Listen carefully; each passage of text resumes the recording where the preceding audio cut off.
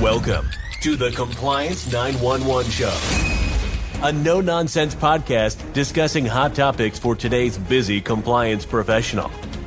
It's everything you wanted to know about regulatory compliance, but we're afraid to ask.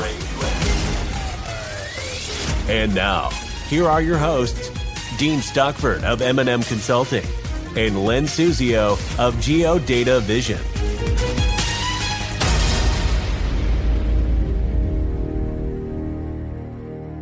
Dean, this week marks the end of 2025, and what a year it has been. So what interesting topic did you bring to the audience today? Len, it's hard to believe 26 is around the corner. Merry Christmas and Happy New Year to you. Today, I thought I would provide kind of a recap of what we talked about in 2025. Well, Dean, I think that's a great idea, given everything that's occurred in 2025. I'm really looking forward to your presentation today.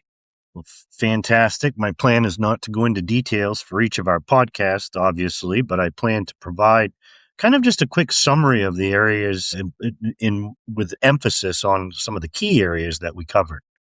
That's a great idea. So, hey, let's just jump right into it. So let me start off with just giving you kind of a glance or a picture inside. We discussed regulatory volatility with executive actions to freeze and review rules like 1071, perhaps I should say Dodd-Frank's 1071 rule, the Community Reinvestment Act, as we know. And we had several impactful podcasts addressing fair lending, which included REMA, reasonably expected market area, and redlining and data analysis impacts. We talked about operational risk like BSA, AML, know your customer, artificial intelligence risk, cybersecurity and privacy, along with third-party risk, which is something we'll see and probably speak a lot about in 2026. We discussed consumer protection with emphasis on Reg E, the error resolution process that surrounds that. And of course, we cannot forget about flood risk. Well, that's a great peek inside some really interesting issues. I'm certain you piqued not only my interest, but that of our audience. Let's hear what you have to say, Dean. Well, let's unpack some of the key topics. I mean, obviously, it's been a tumultuous year for CRA and Dodd-Frank's 1071 rule, which I think gave everyone a certain level of anxiety. With CRA, we saw a proposed repeal of a very convoluted 2023 final rule, only to revert back to the 95 rule, but cautioned the bankers that they needed to get more involved to help shape the future of CRA after the notice of proposed rulemaking was issued. With 1071, we discussed the ongoing litigation, postponements of effective dates, and of course, Section 1071 is the CFPB's small business lending data collection and reporting rule intended to require certain lenders to collect and report data on credit applications from and loan originations to small business to support fair lending oversight. In a recent status report to the U.S. Court of Appeals for the Fifth Circuit, the Bureau stated that after extending the 2023 Section 1071 final rules compliance dates and issuing a notice of proposed rulemaking on November 13th, it is now undertaking efforts to issue an interim final rule for the Section 1071. So I know, Len, that you have a great deal of experience in CRA and, of course, Dodd-Frank's 1071. So is there anything perhaps you could highlight or just quickly talk about relative to those areas? Are you kidding me? You might have to cut me off. Well, regarding Section 1071, there's definitely a very, very big impact on this proposed change. Basically, we're talking about big impact in terms of the number of reporters and the volume of reported loans. In the 2023 version, there was an estimated 1,421 to 1,570 banks and savings associations and 120 credit unions that were going to be covered. It was estimated by the CFPB.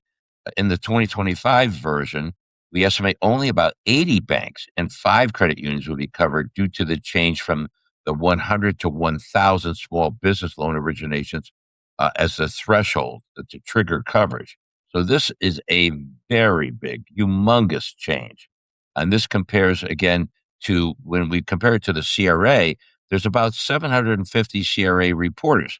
So Section 1071, as it's being proposed to be modified, is going to result in only a handful of lenders, fewer than 100, who are going to be subject to reporting under that rule.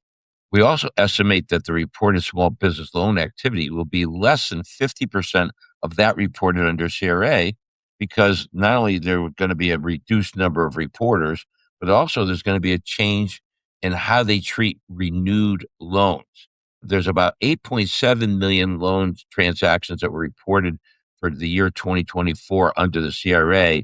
And with the change in small business loan originations proposed in Section 1071, we're talking fewer than 4.5 million of those loans potentially would be included in Section 1071 data. And the CFPB itself estimates that 240 commercial finance companies that would have been covered under the 2023 CRA rule will be zero, that will be covered in the 2025 rule. So those are humongous changes, Dean. Yeah, I agree, and I knew you'd have something to offer on these areas given your experience, and thanks for sharing that.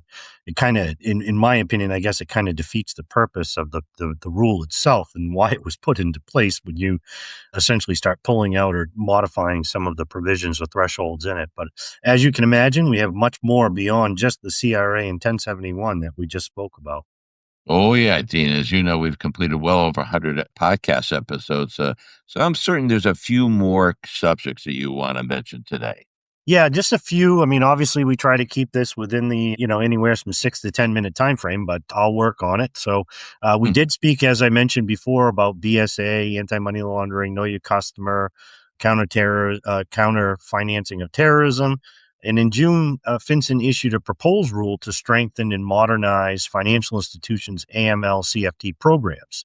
And these changes explicitly required that financial institutions establish, implement, and maintain effective risk-based AML CFT written program with certain minimum components, to include a risk assessment process that requires the financial institution to review government-wide AML CFT priorities: corruption, cybercrime, terrorist financing, transnational criminal organizations, drug trafficking, human smuggling, proliferation financing. There will be much more to come in 26. And of course, we talk about these and hear about them all the time. So the real big one is, in my opinion, is artificial intelligence, data, and cybersecurity. I really think those will be impactful topics in 2026.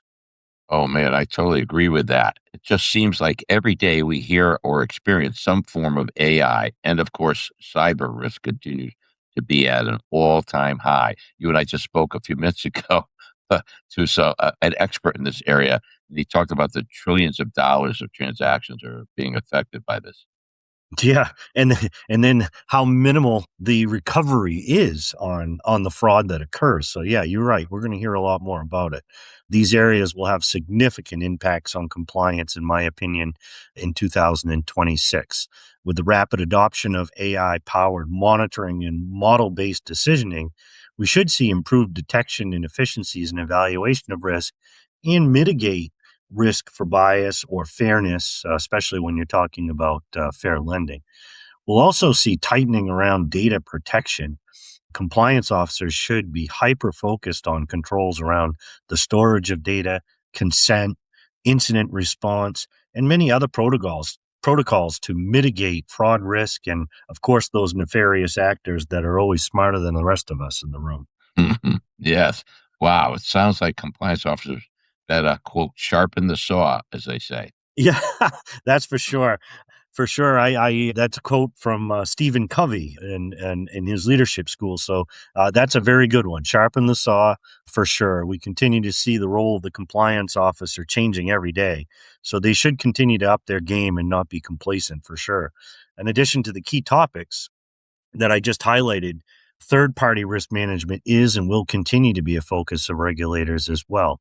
End-to-end life cycle, inventory due diligence, risk rating, contracting, ongoing monitoring is mandatory, including say that 5 times fast, algorithmic risk when vendors use models affecting pricing or underwriting in the fair lending process, as we discussed many times in our over 100 episodes. Another area with alarming statistics is elder financial exploitation. We haven't really seen major regulatory change, but clearly best practices to bolster detection and reporting are a must. I think flood compliance will also be discussed at length in a couple of different podcasts. As we did this last year, we had frequent violations, timing on determinations, notifications, the proof of receipt, coverage calculations when we're talking about replacement cost value or insurable value and actual cash value, contents coverage with blanket security language in security instruments, monitoring of in escrow, discipline of forced placing and timeliness around that, and of course, vetting of those private policies. In addition to those, I also discussed common errors with Reg E, electronic funds transfer rules, with an emphasis or a focus on the error resolution processes. Common failures include liability limits misapplied beyond the 60-day window, late or absent provisional crediting to allow them more time to investigate. Of course, the timeliness around the investigations, interest omissions on interest-bearing accounts that they're required to pay interest. It's a must to have these precise step action procedures in place in order to make sure that we're holding ourselves accountable, but also are following the requirements and the provisions of the rules. Dean, you've certainly highlighted some of the various podcasts we did in 2025. I know we covered a lot of other things too. There's just so much to pack into one meeting. Is there anything else you want to add to this particular discussion?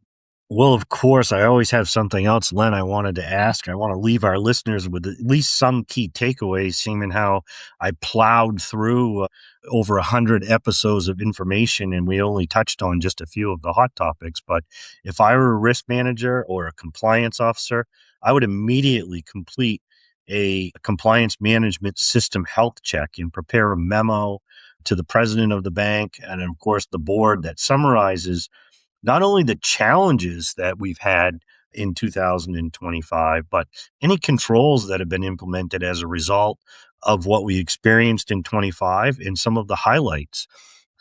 I'd also include in that, of course, the 2026 plan that takes into account the key risks that we mentioned today and any of the positive or negative experiences that we had in 2025.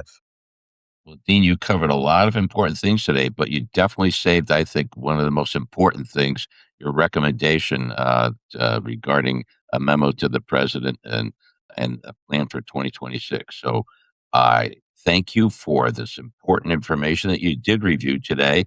This is Len Suzio from Geodata Vision. And this is Dean Stockford from M&M Consulting saying thank you for listening to today's podcast. And please let us know of any additional topics you'd like to hear in 2026. Thanks for listening to the Compliance 911 Show. If you like the podcast, be sure to subscribe so you don't miss an episode. While you're at it, please give us a like and review to help others find the show. As always, links are in the show notes, and you can always find us online at compliance911show.com. Follow M&M Consulting and Geodata Vision on LinkedIn for all the latest news and information on compliance hot topics.